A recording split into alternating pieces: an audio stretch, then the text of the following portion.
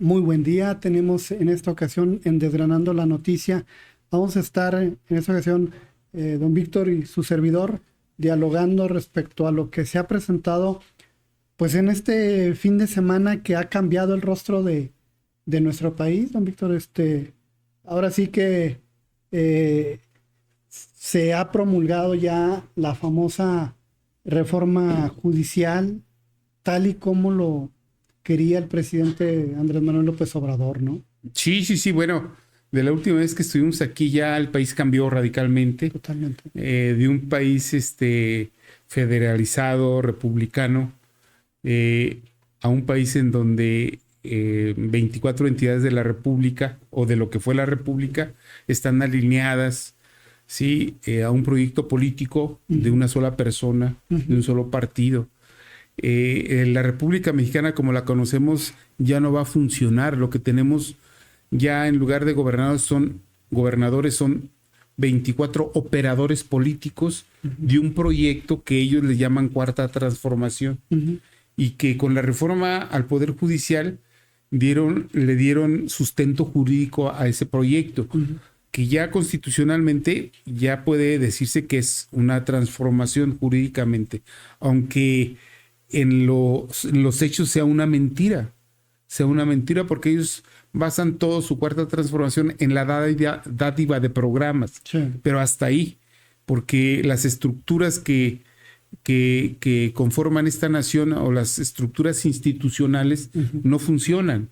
Si la salud no funciona, la educativa no funciona, ¿sí? Las instituciones que alimentan la infraestructura territorial de la República o de lo que fue la República no están funcionando. Las carreteras están el 70-80% están en mal estado. O sea, todas las instituciones están abandonadas, incluyendo ahora las del Poder Judicial de los estados de la República, porque una cosa es la reforma constitucional federal, Así es. y otra es la realidad de la administración de justicia en las entidades federativas, que no está tocado y que yo creo que es donde reside el gran problema de la corrupción también, sí, y de la impartición y administración de la justicia. Así es, y al final del día con esta reforma lo que ha pasado es que el Poder Judicial de la Federación, que fue en los 6 años del presidente López Obrador el contrapeso, pues hoy desaparece y se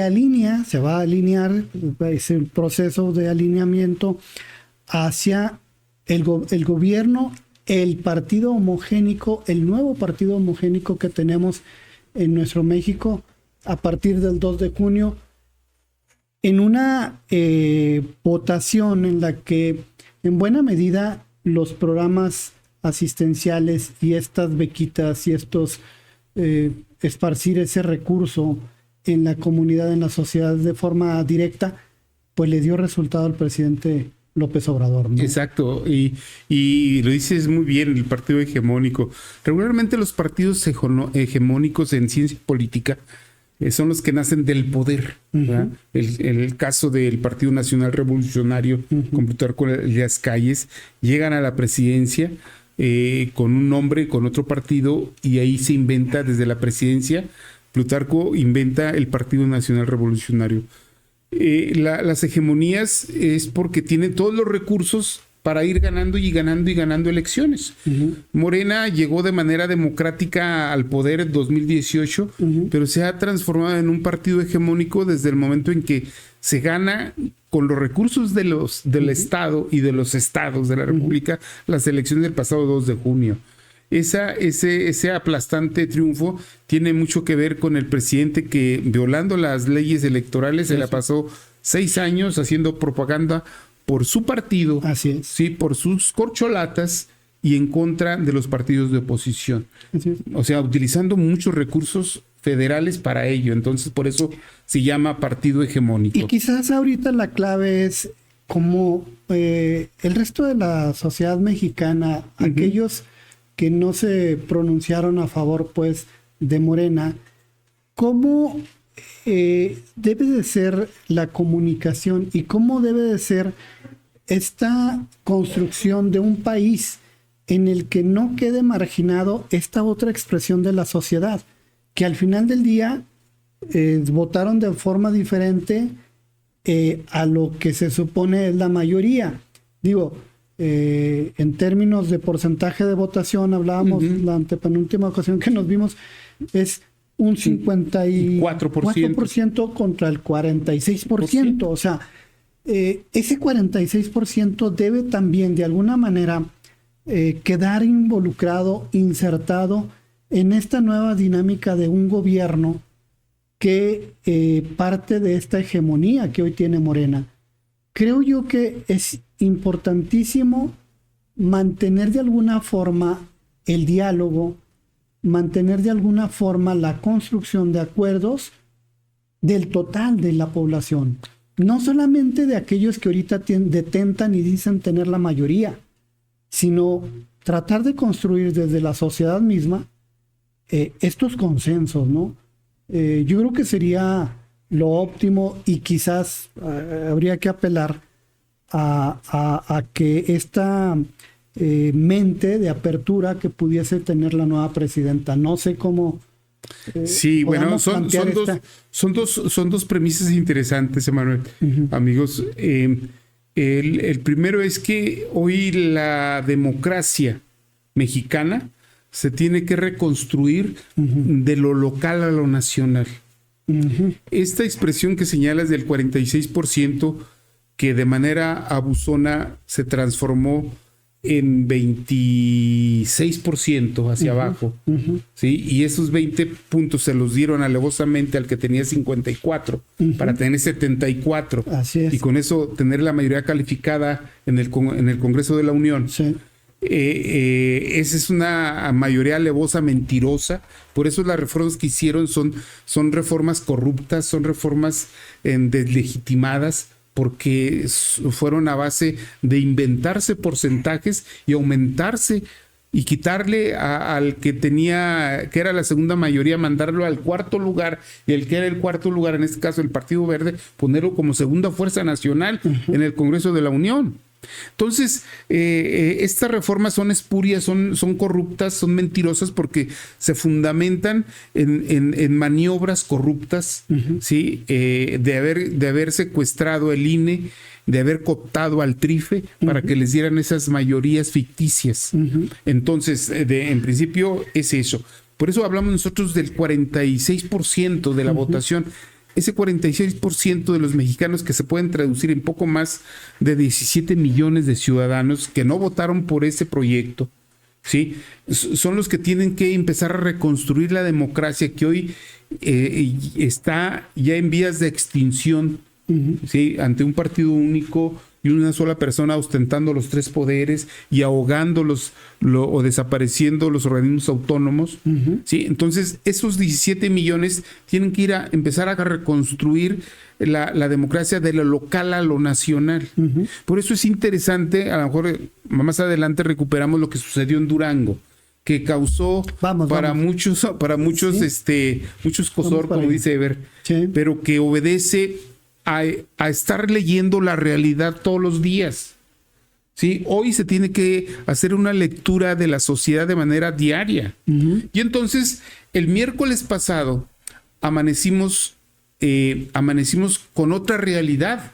En la madrugada, a las 5 de la mañana, no, a las 4 de la mañana, se aprueba en el Senado de la República, sí, a base de un grupo mafioso que, poniendo sobre la mesa órdenes de aprehensión a 2 senadores, uno de Movimiento Ciudadano, otro del PAN, los dobla y con eso obtiene la mayoría que requiere. Así es. Sí, de manera mafiosa, como si estuviéramos allá en las mafias de una forma deslegítima, de una forma que le quita a Morena ese bono moral que tenía de decir: soy diferente a todos los partidos anteriores que se la pasaban haciendo este tipo de jugadas, este tipo de coacciones. No somos los mismos, se la pasa diciendo, pues no, son peores. Así es, porque sí se envilece aún más la política con estas presiones y esta compra de este senador panista, Miguel Ángel Yunes Linares,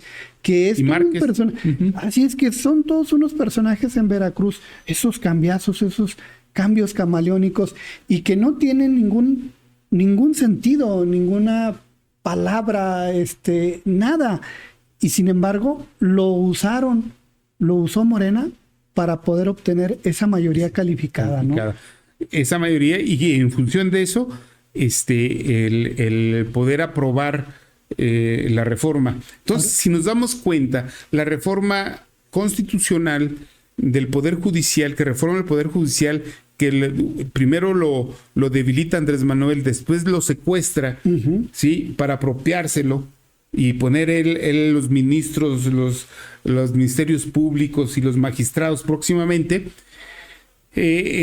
nace o se aprueba en una primera instancia con una mayoría ficticia, que ya lo dijimos, en la Cámara de Diputados Federal, dándoles de más y quitándole a la oposición lo que necesitaban en ese proceso. Desde ahí está legitimado y es corrupto, ¿sí? Porque secuestraron y cooptaron a los organismos autónomos relacionados con las elecciones del INE y el TRIFE. Y luego se van al Senado, que es la Cámara Alta, y de manera gangsteril ponen sobre la mesa denuncias, porque existen, ahí están las carpetas de investigación, nadie las inventa, ¿sí? Con dos personajes, uno hacen un pacto con uno de los personajes más corruptos de Acción Nacional, como es la familia Yunes, ¿sí? Que tiene 7 órdenes de aprehensión o 7 carpetas de investigación, y el otro es Daniel, ¿cómo se llama? Barreda, el del Movimiento Ciudadano. Del Movimiento Ciudadano, que también tiene órdenes de aprehensión, y que lo amagaron con su señor padre. Entonces, si nos damos cuenta, en las dos cámaras hay irregularidades claras que solamente se explican en países como Venezuela o Nicaragua.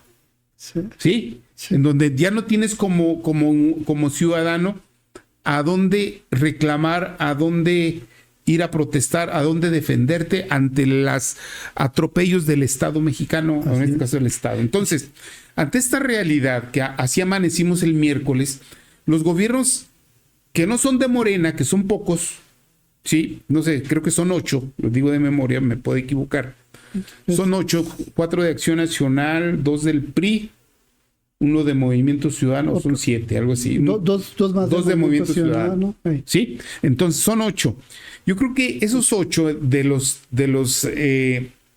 24 estados que tiene ya Morena, el miércoles ya tuvieron que haber reflexionado desde otra óptica, desde otro territorio, desde otra trinchera. Se le había dado un golpe fuerte a la democracia mexicana con la aprobación en el Senado, y ya no había marcha atrás. ¿Sí? Entonces, a partir de ahí se entiende que la construcción de la democracia se tiene que hacer a partir de esas 8 realidades estatales, siempre y cuando lo acepten los jefes políticos. En el caso de Durango, yo siento que hubo elementos que el gobernador Esteban Villegas interpretó bien. Sí, dijo, oye, Morena tiene 24 entidades de la República. Va a pasar. Con 17 pasa. Entonces, y yo tengo compromisos con la ciudadanía como gobierno de coalición, ¿sí? Compromisos que cumplir. Uno de ellos es el agua saludable. ¿Sí? Ya empezaron con la potabilizadora, pero nos falta la presa Tunal 2, que anda por los 6,000, 7,000 millones de pesos. Entonces, yo tengo que trabajar en función de mis intereses como Estado, no los intereses de Acción Nacional a nivel nacional, ni los del PRI a nivel nacional, porque ellos ya dieron la batalla y perdieron. Entonces, yo tengo mi territorio, tengo 1,700,000 duranguenses que me están observando y que me van a pedir cuentas de lo que yo haga. Entonces, es hora de darle un golpe de timón a la política partidista y entrar a la política ciudadana. Y yo, en tanto cuanto le cumpla a la ciudadanía, en tanto cuanto yo tengo posibilidades de retener el poder, ¿sí? O sea, en tanto cuanto yo falle en esa medida, me van a quitar el apoyo ciudadano y se lo van a dar a Morena, porque ellos sí están funcionando con los programas sociales de manera permanente. Entonces, tenemos en puerta 2025, 2027 y 2028. Tenemos 3 elecciones en puerta. ¿Y qué les vas a ofrecer? Ya no puedes ofrecerle discurso, discurso y más discurso. Tienes que ofrecerles ya realidades a partir de 2025. Entonces, en el ámbito económico de la industria, una parte de las decisiones para que se instalen las 32 empresas que ya firmaron tiene mucho que ver con el visto bueno de la Secretaría de Hacienda. Esto es del gobierno federal. Mucho que ver. ¿Sí? Pongamos el caso Kia con Jorge Herrera Caldera. Se trabajaron 3 años para que Kia se estacionara en Durango. Se le entregaron horas y horas de estudios y inversiones de proyectos. Y con una decisión del presidente Enrique Peña Nieto, que se decía amigo de Jorge Herrera Caldera, mandó Kia a Nuevo León. Y ellos ni se le esperaban. Pero como iba a haber elecciones en Nuevo León, pues allá aterrizó. Y nosotros nos quedamos como los chinitos. Algo semejante puede suceder con la empresa esta de Famarca, ¿cómo se llama? FEMARC, que tan solo si se instala esa FEMARC el próximo año, nada más con esa que se instale, Durango se convierte en una sucursal de Silicon Valley.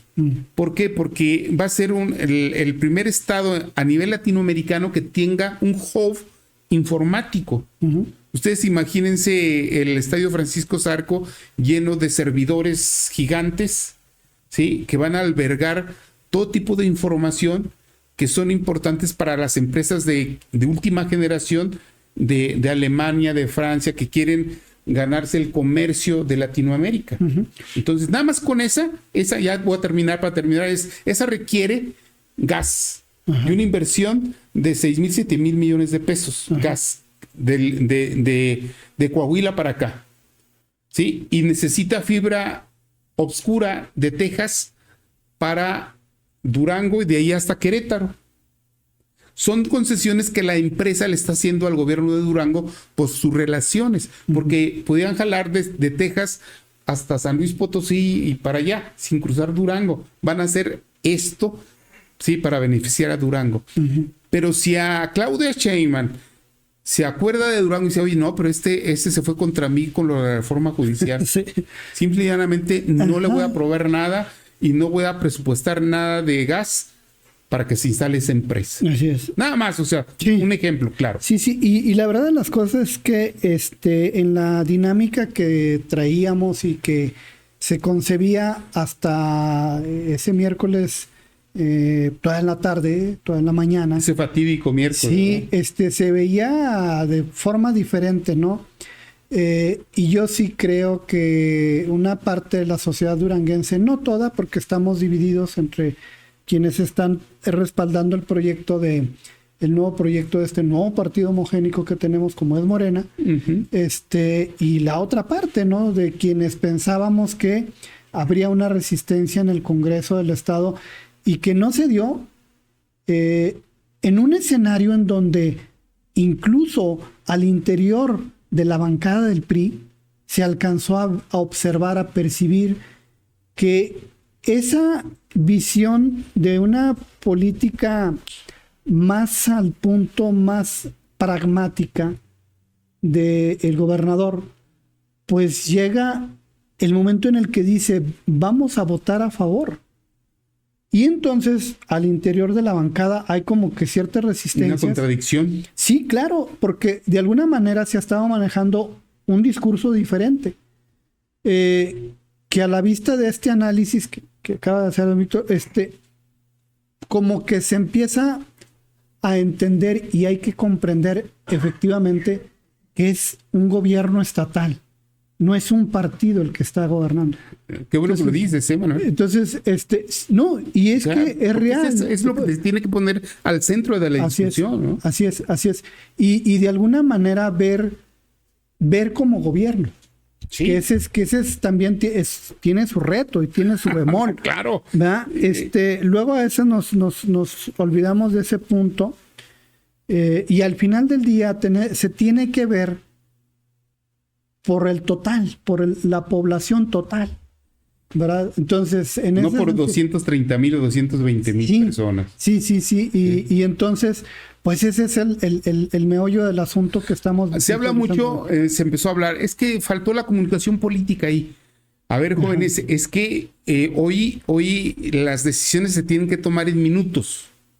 Sí, por eso sostenemos mucho. Necesitamos estar releyendo la sociedad, releyendo los acontecimientos para no irnos a equivocar o equivocarnos lo menos posible como sociedad. Sí, entonces es que no les pasaron bien el script a los priistas. No, lo que pasa es que se terminó de votar en la madrugada a las 4 de la mañana del miércoles. Sí. Oaxaca empezó a las 5 de la mañana a sesionar. ¿Sí? Y así empezaron todos los gobiernos morenistas. Quiero decirte que esa dinámica son acciones antidemocráticas, ¿eh? Sí, totalmente. ¿Sí? ¿Por qué? Porque legajos de 500, 600 hojas, que era el dictamen, que no decía otra cosa más que lo mismo que han estado argumentando los morenistas.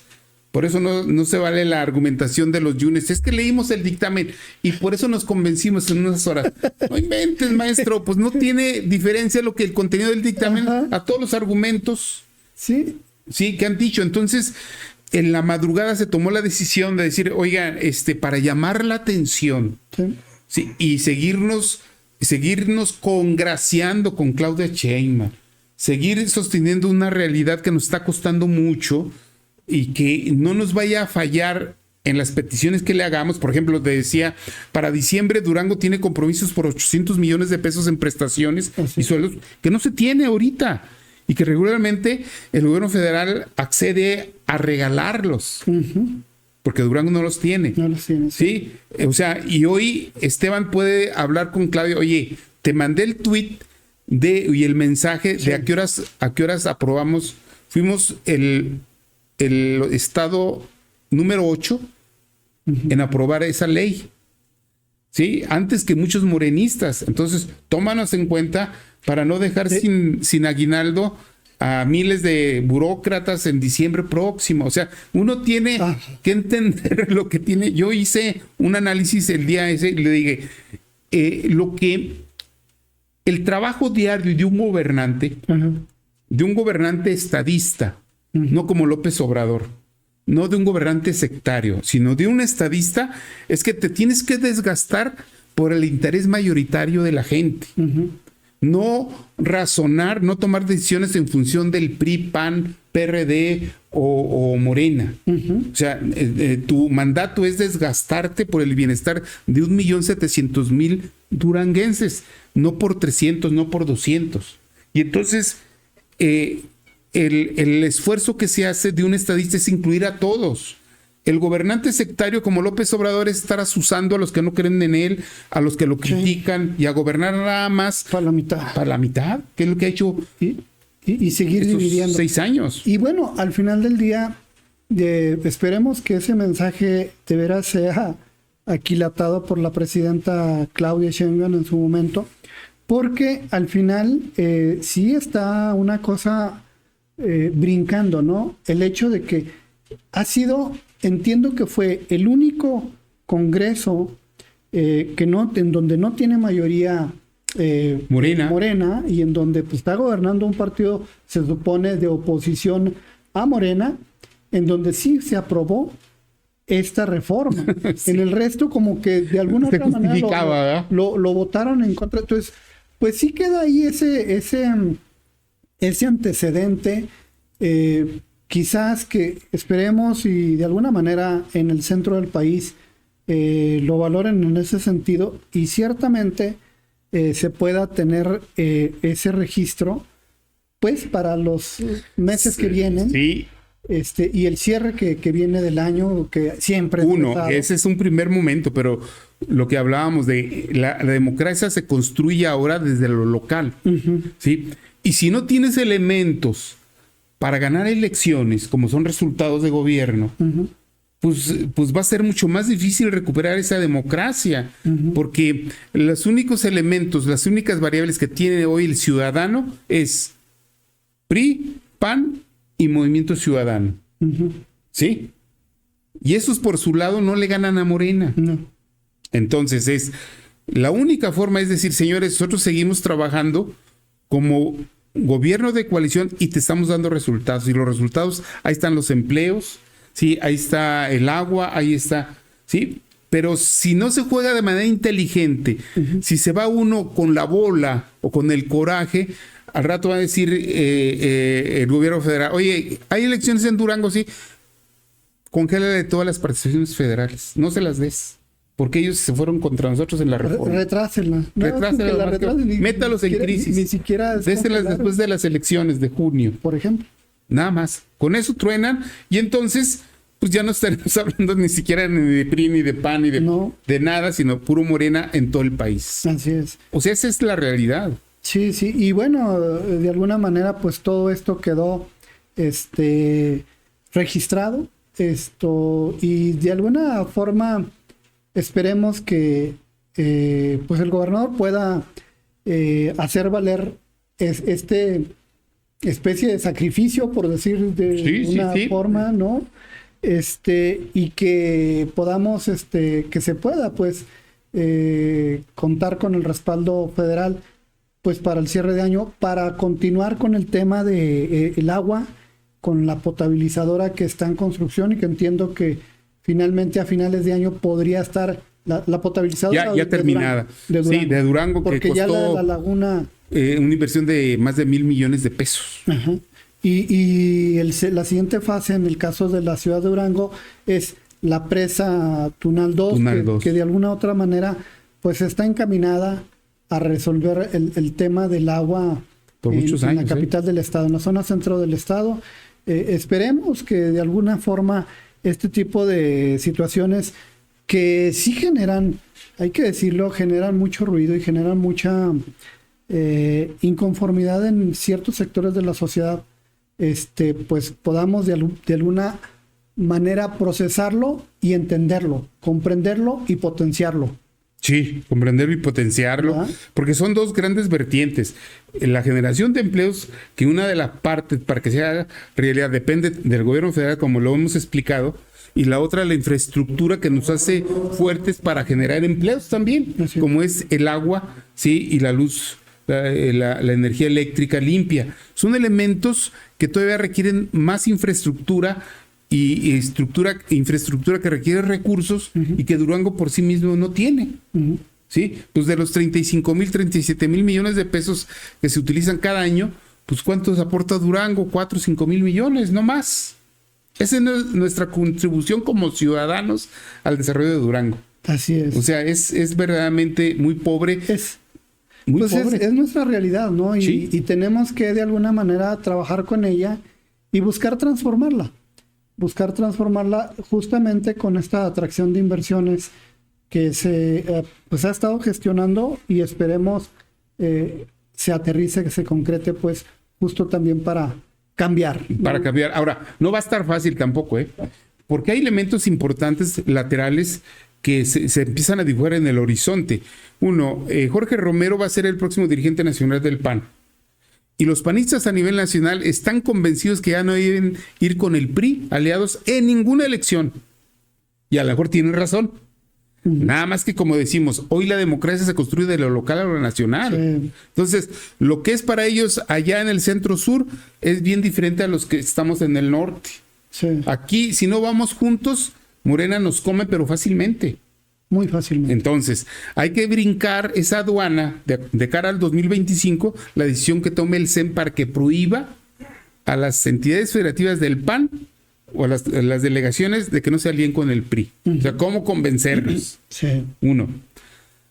Dos, el gobernador tomó una decisión como militante partidista y obligó a muchos priistas a que votaran así, cuando la totalidad del priismo nacional se fue en contra de esa reforma.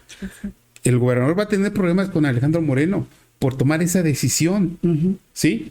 Y también vienen los problemas, no tanto de que no se alíen con el PAN, sino de sanciones porque nos desobedeciste, porque fuiste en contra de una directriz nacional. Yo siento que ahí la ventaja es que el PRI ha sabido ser gobierno. Entonces, es más fácil que comprenda Alejandro Moreno este voto particular que tuvo el Congreso de Durango y en sí de los diputados locales del PRI que el PAN. O sea, el PRI siempre fue hecho para gobernar. Sí. Y saben que en gobernar a veces se tiene que actuar como finalmente votaron los diputados locales del PRI.